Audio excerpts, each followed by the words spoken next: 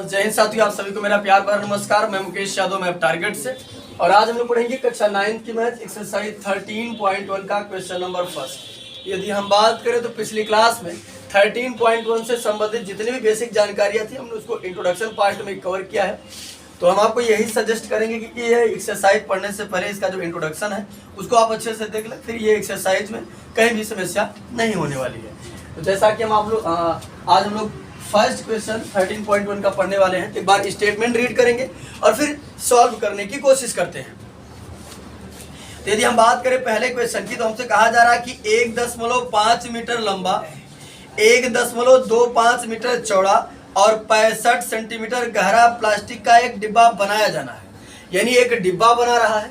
अगर हम बात करें उस डिब्बे की, हमको लंबाई दे रहा है, चौड़ाई दे रहा है और ऊंचाई दे रहा है। इसे ऊपर से खुला रखना है। अगर हम इस डिब्बे की बात करें तो क्या करना है, ऊपर जो ढक्कन वाला हिस्सा है उसे क्या करना है, खुला रखना है। प्लास्टिक शीट को मोटाई को नगण्य मानते हुए निर्धारित कीजिए। यानी ये बताया गया कि जो प्लास्टिक, इस प्लास्टिक से हम बना रहे हैं उस प्लास्टिक की मोटाई ना के बराबर है, यानी उसकी मोटाई कुछ नहीं है। नगण्य मानते हुए निर्धारित कीजिए कि डिब्बा बनाने के लिए आवश्यक प्लास्टिक शीट का क्षेत्रफल। यानी आपको ये बताना है कि उस डिब्बा को बनाने के लिए कितना प्लास्टिक शीट का क्षेत्रफल चाहिए, ये बताना है। आगे उसके बाद कह रहा है इस शीट का मूल्य ज्ञात कीजिए। यदि 1 मीटर स्क्वायर शीट का मूल्य 20 रुपए है, पहले तो आप बताइए कि कितना प्लास्टिक लगा। फिर कह रहा है कि अगर मैं 1 मीटर स्क्वायर का पैसा अगर मैं 20 रुपए देता हूं तो बताइएगा इस डिब्बे को बनाने में कितना पैसा खर्च होगा, ये आपको क्या करना है, बताना है। एक बार फिर से ओरल समझते हैं प्रश्न का कहा जा रहा है। यदि हम बच्चे बात करें प्रश्न की, तो प्रश्न में हमको लंबाई दे रहा है 1.5 मीटर, जो सबसे साफ शब्दों में लिख रहा है। तो हमने लिखा लंबाई कितना है 1.5 मीटर। चौड़ाई यहाँ समझो, लंबाई को अंग्रेजी में लेंथ कहते हैं, इसलिए इसको हम एल से डिनोट करते हैं। यानी लंबाई हमारी कितनी है 1.5 मीटर। यदि हम चौड़ाई की बात करें तो चौड़ाई को हम अंग्रेजी में विड्थ कहते हैं। विड्थ में चौड़ाई होती है, इसलिए हमने इसके 20 को डिनोट किया। और चौड़ाई हमको दे रहा है 1.25 मीटर। अब अगर बात करें हम बच्चे ऊंचाई की, तो ऊंचाई को अंग्रेजी में हाइट कहा जाता है, इसलिए इसे हम एच से डिनोट करते हैं। तो यहाँ समझिएगा ध्यान से, ये मीटर में और ये दे दिया है सेंटीमीटर में। तो यहाँ समझिएगा अगर बात करें हाइट का, तो हाइट हमको दे रहा है 65 सेंटीमीटर। अब हमको क्या करना है कि यूनिट सेम चाहिए। अगर ये दोनों मीटर में है तो हमको इसको भी मीटर में करना पड़ेगा, या फिर अगर ये सेंटीमीटर में तो इन दोनों को हम सेंटीमीटर में करें, यानी यूनिट हमको सेम करना पड़ेगा। अब या तो हम इन दोनों को चेंज करें या तो इसको चेंज करें। तो हमने सोचा कि उन दोनों को चेंज करने से अच्छा है कि एक ही को चेंज कर दे। उनको चेंज करेंगे तो दोनों को चेंज करना पड़ेगा, इसको चेंज करेंगे तो एक को चेंज करना पड़ेगा। तो यहाँ दिया था 65 सेंटीमीटर। ये बच्चे जो नहीं जानते वो समझे ध्यान से, 1 मीटर में 100 सेंटीमीटर होता है। 1 मीटर इक्वल टू कितना होता है 100 सेंटीमीटर। तो ये इतना सेंटीमीटर दिया था 65। तो हमने क्या काम किया, इसको बदलने के लिए, मीटर में बदलने के लिए हमने क्या काम किया कि 100 से भाग कर दिया।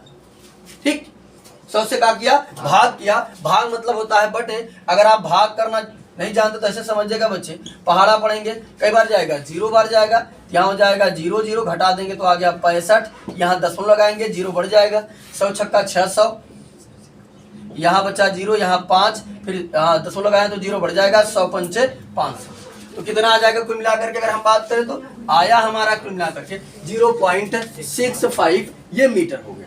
ठीक, तो समझिएगा बच्चे ध्यान से, क्वेश्चन में हमसे कहा जा रहा है कि डिब्बा बनाना है, डिब्बे की लंबाई है, चौड़ाई है और ऊंचाई है।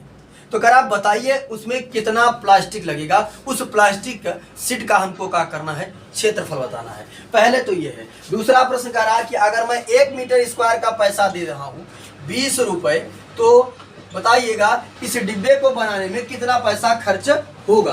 तो ये बच्चे समझिएगा, अगर कहीं भी स्क्वायर लगा रहे तो समझ लीजिए कि वो क्षेत्रफल बर्बाद कर रहा है, क्योंकि क्षेत्रफल हमेशा स्क्वायर में होता है और आयतन हमेशा क्यूब में होता है। इस बात को जानते रहिएगा। ठीक, यानी ये पैसा किस पर दे रहा है, क्षेत्रफल पर दे रहा है। तो हमने सोचा कि अगर मैं क्षेत्रफल निकाल लूं तो आसानी से मैं फाइंड कर सकता हूं। ठीक, चले अब बात ये रही कि मैं किसका क्षेत्रफल निकालूं। तो ये बच्चे अगर बात करें जहां बना क्या रहा है, डिब्बा बना रहा है। क्या बना रहा है, और डिब्बा किस आकार का होता है, घनाभ के आकार का होता है। चलिए अब आप जानेंगे कैसे कि ये डिब्बा जो है वो घनाभ के आकार का है। तो समझेगा अगर ये घन के आकार का डिब्बा होता तो इसमें केवल एक भुजा देता।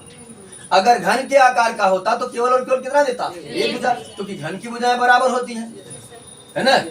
और घन का वक्र पृष्ठीय क्षेत्रफल हमने कल लिखा था 4a², संपूर्ण होता है 6a², उसमें 3 भुजा की आवश्यकता नहीं होती। इसमें अगर बात करें तो लंबाई, चौड़ाई और ऊंचाई दे रहा है। हम साथ वैसे भी जानते हैं कि डिब्बा जो होता है वो घनाभ के आकार का होता है, ये रूम जो है ये भी घनाभ के आकार का है, ठीक। तो डिब्बा वगैरह जो होते हैं वो अक्सर करके घनाभ के आकार के होते हैं, हम तो जानते ही हैं, लेकिन इसके विमाएं देख करके हमको, ठीक, इसको विमाएं देखकर हमें पता चल गया कि ये डिब्बा किस आकार का होगा, घनाभ के आकार का।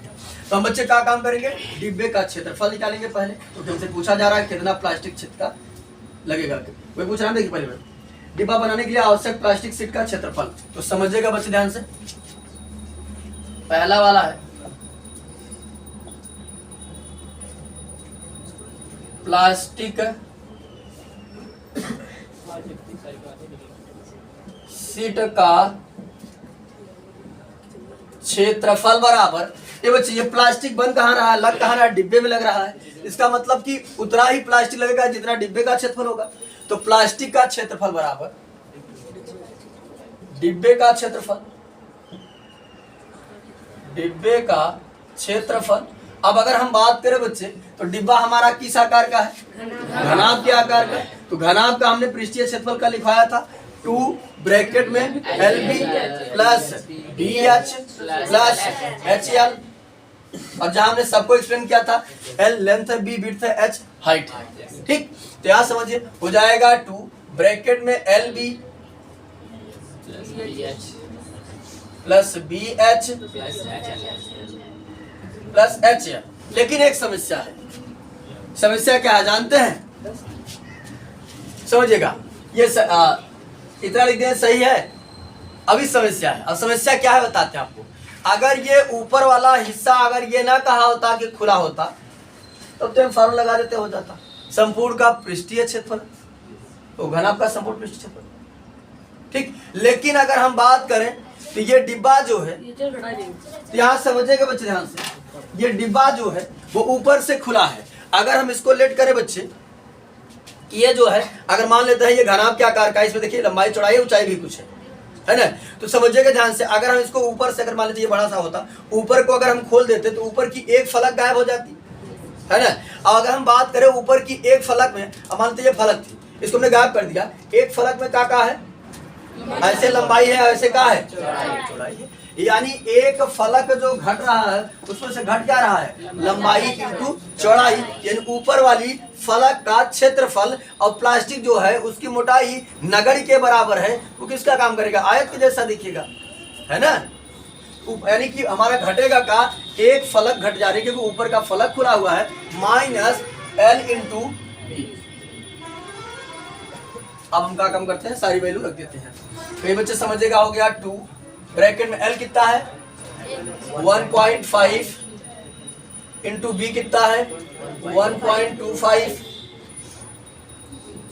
और फिर B कितना है 1.25 इंटू 0.65, गुणा करते रहे बच्चे आप लोग इसका। तो चले H कितना है 0.65 इंटू L कितना है 1.5 माइनस L कितना है 1.5 इंटू B कितना है 1.25। तो समझिएगा बच्चे ध्यानपूर्वक,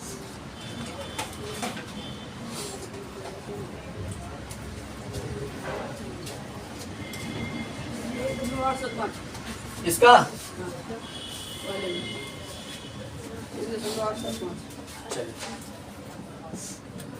इसका गुणा कितना आया 15 5 75, 15 दूना 30, 15 1 15, 5 7 8 1, 3 अंक के बाद 1.875।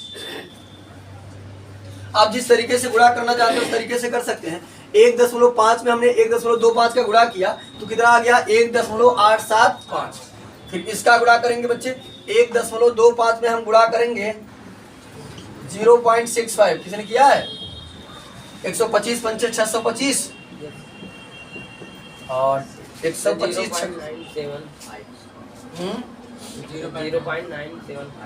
गुणा किया बराबर।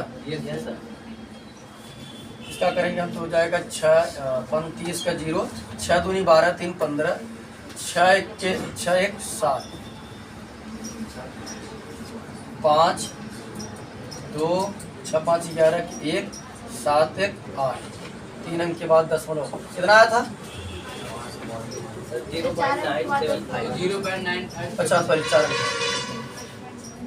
अंक के बाद कितना 0.9 आ रहा है। नो सर यही आ रहा है। यही आएगा यस सर 50 25 5 दूनी 10 12 5 1 5 1 6, 6 35 का 0, 6 दूनी 12 3 15, 6 1 6 1 7, 5 2 6 5 11 7 1 8 सही तो है ना। सर सही है 0.8125 इसका कितना है 0.995 975 माइनस इसका तो वही आएगा जो यहाँ आया है 1.875। चलिए इसको हम क्या काम करते हैं बच्चे, सबको जोड़ देते हैं। जिन बच्चों को जोड़ नहीं आता वो समझे, जिनको आता है अच्छी बात है। देखो समझो बच्चे ध्यान से,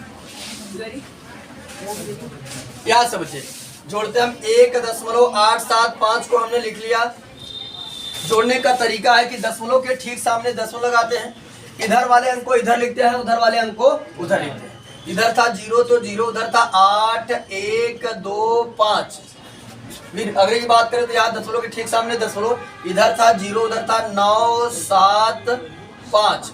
ये बच्चे इसके नीचे कुछ नहीं, चाहे तो 0 बढ़ा लिया, क्या हो जाएगा 5 5 5 10 2 12, 7 7 14 1 15 1 हासिल 16, 8 8 16 16 4 20 और 5 25 1 26 1 1 सॉरी 2 1 3। कुल मिलाकर आया हमारा कितना 2 into 3.662 माइनस 1.875। अब इसका गुणा कर देते हैं, इसी में 2 से गुणा कर देंगे बच्चे, ये समझिएगा ध्यान से। 2 पंचे 10 का 0, 2 दूना 4 और 1 हासिल 5, 2 छंग 12, 2 छंग 12 1 13, 2 तिहाई 6 1 7, कई अंक के बाद दशमलव 4 अंक के बाद दशमलव। ये हमारा फाइनल बना कुल मिला करके 7.3250। अब इसी में से हम क्या काम करते हैं, 1.875 को घटा देते हैं बच्चे। तो समझिएगा ध्यान पूर्वक, जब घटाएंगे तब माइनस 1.875 7.325 0 में से दशमलव के ठीक सामने दशमलव, इधर हो गया हमारा 1.8750। यहाँ 0, 5 में से 5 गया तो 0, और 12 में से 7 गया तो 5, और फिर 12 में से 8 गया तो 4, फिर यहाँ 6 में से 1 गया तो 5, यानी 5.45 0 कोई वैल्यू नहीं, 5.45 मीटर स्क्वायर। ये बच्चे प्लास्टिक शीट का, ये तो हमारे पहले का जवाब हो गया कि प्लास्टिक शीट का क्षेत्रफल कितना होगा 5.45 मीटर स्क्वायर। अब अगर हम दूसरे प्रश्न की बच्चे बात करें, इसी का दूसरा कह रहा था कि अगर हम 1 मीटर स्क्वायर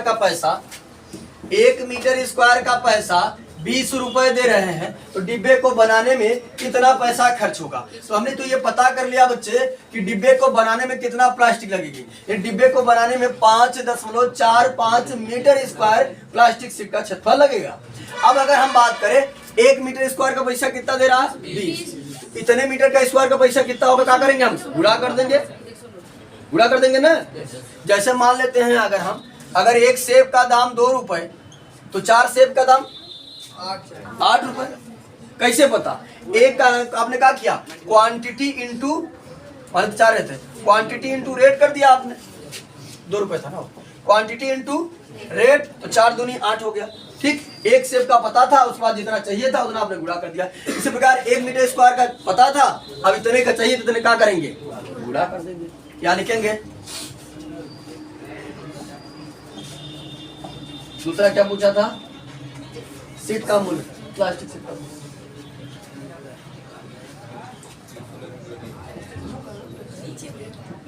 प्लास्टिक शीट का मूल्य बराबर। तो समझिए प्लास्टिक शीट का मूल्य क्या होगा। ये बच्चे 1 मीटर स्क्वायर का हमको पता था, इतने को हमको चाहिए, तो 5.45 गुणते 20 गुणा कर देते हैं और हमारा आसानी से सॉल्व हो जाएगा। ये बच्चे गुणा जब करेंगे, जैसे जिसको जैसे भी गुणा आता है, 5.45 गुणते 20, यहाँ समझिए, यहाँ हो जाएगा 0 0 0, यहाँ हो जाएगा 2 पंचे 10, 2 चौका 8 1 9, 2 पंचे 10, यहाँ 0 0 9 0 1, कई अंक के बाद दशमलव, 2 अंक के बाद दशमलव, तो कई रुपया देगा 109 रुपए। ठीक, ये हमारे दूसरे का जवाब था। अगर फिर भी कहीं किसी बच्चे को दिक्कत है तो बताएं, हालांकि कोई दिक्कत नहीं है, बस फार्मूला रखा गया है, कैलकुलेशन किया गया है और सॉल्व कर दिया गया है। ठीक, इधर के क्वेश्चन जो है वो फार्मूले पर डिपेंडेंट है। ठीक, तो आज की क्लास में एक्सरसाइज 13.1 का क्वेश्चन नंबर फर्स्ट होता है उसे कंप्लीट कर लिया है। बाकी जो बचे हुए क्वेश्चन है उसे नेक्स्ट क्लास में कंप्लीट करने का प्रयास करेंगे। इस वीडियो में इतना ही, बाकी मिलते हैं नेक्स्ट वीडियो में, तब तक के लिए जय हिंद।